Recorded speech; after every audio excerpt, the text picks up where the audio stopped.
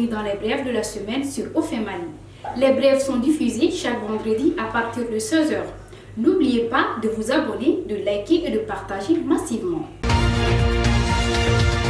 La République du Mali vient de franchir ce lundi 9 octobre 2023 une étape majeure pour la mise en œuvre diligente de la charte du Liptako-Gourmand instituant l'Alliance des États du Sahel, signée le 16 septembre 2023 entre le Burkina Faso, la République du Mali et la République du Niger. En présence de son Excellence M. Abdoulaye Diop, ministre des Affaires étrangères et de la coopération internationale, accompagné de son collègue Ibrahim Ikassa Maïga, ministre des Réformes et de la refondation de l'État. Le Premier ministre Dr Choguel Kokala Maïga a reçu ce lundi 9 octobre 2023 le collectif des handicapés diplômés, une visite consacrée à la situation des 28 diplômés handicapés qui peinent à intégrer la fonction publique. Cette rencontre s'est tenue en présence du ministre du Travail et de la fonction publique, M. Fassoum Koulibaly. Le nouveau commandant de la zone de défense numéro 5, chef du secteur 3 de l'opération Maliko, le colonel Seydou Niakadou, accompagné de ses proches collaborateurs, a visité le mardi 10 octobre 2023 les différents checkpoints de Tombouctou.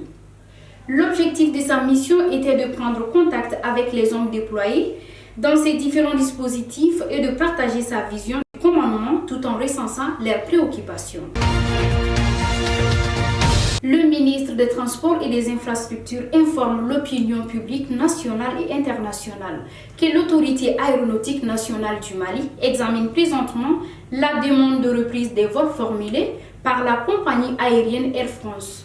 Par conséquent, les vols d'Air France demeurent suspendus pendant cette procédure d'examen du dossier ce 11 octobre 2023 dans un communiqué.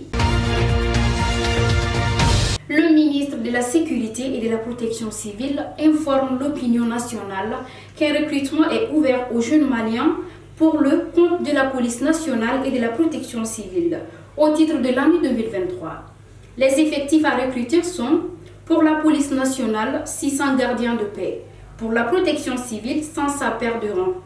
Dans un communiqué publié de la Direction générale de la police nationale et de la protection civile.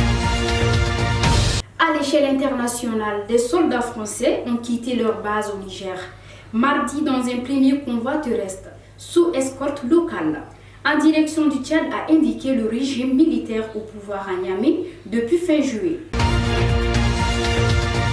Après la Guinée-Conakry, le Congo-Brazzaville, la Centrafrique, le Tchad et la RDC Congo, le général Brice Clotaire Oligui Nguema, toujours en quête de légitimité, poursuit sa tournée en Afrique centrale et se rendra pour la première fois en tant que chef de l'État à Yaoundé. Cette visite devrait avoir lieu dans les prochains jours d'ici le 16 octobre 2023. L'ex-première dame du Gabon, Sylvia Bongo Ondiba Valentin, en résidence surveillée depuis un coup d'état militaire fin août, pour des détournements présumés de fonds publics, a été incarcérée, a indiqué son avocat français, François Zumeraï. Ce jeudi 12 octobre 2023, selon des médias locaux, l'épouse de l'ancien président Omar Bongo Ondimba a été placée sous mandat de dépôt à la prison de Libreville. En Côte d'Ivoire, Kandia Camara, l'ex-ministre des Affaires étrangères, a été élu ce 12 octobre 2023 à la tête de la Chambre haute du Parlement ivoirien. Une récompense symbolique pour son engagement sans faille aux côtés d'Alassane Ouattara. Ainsi prend fin les brèves de la semaine sur OFM Mali. N'oubliez pas de vous abonner et de nous liker. Surtout, abonnez-vous en abondance. À nous revoir dans nos prochaines éditions.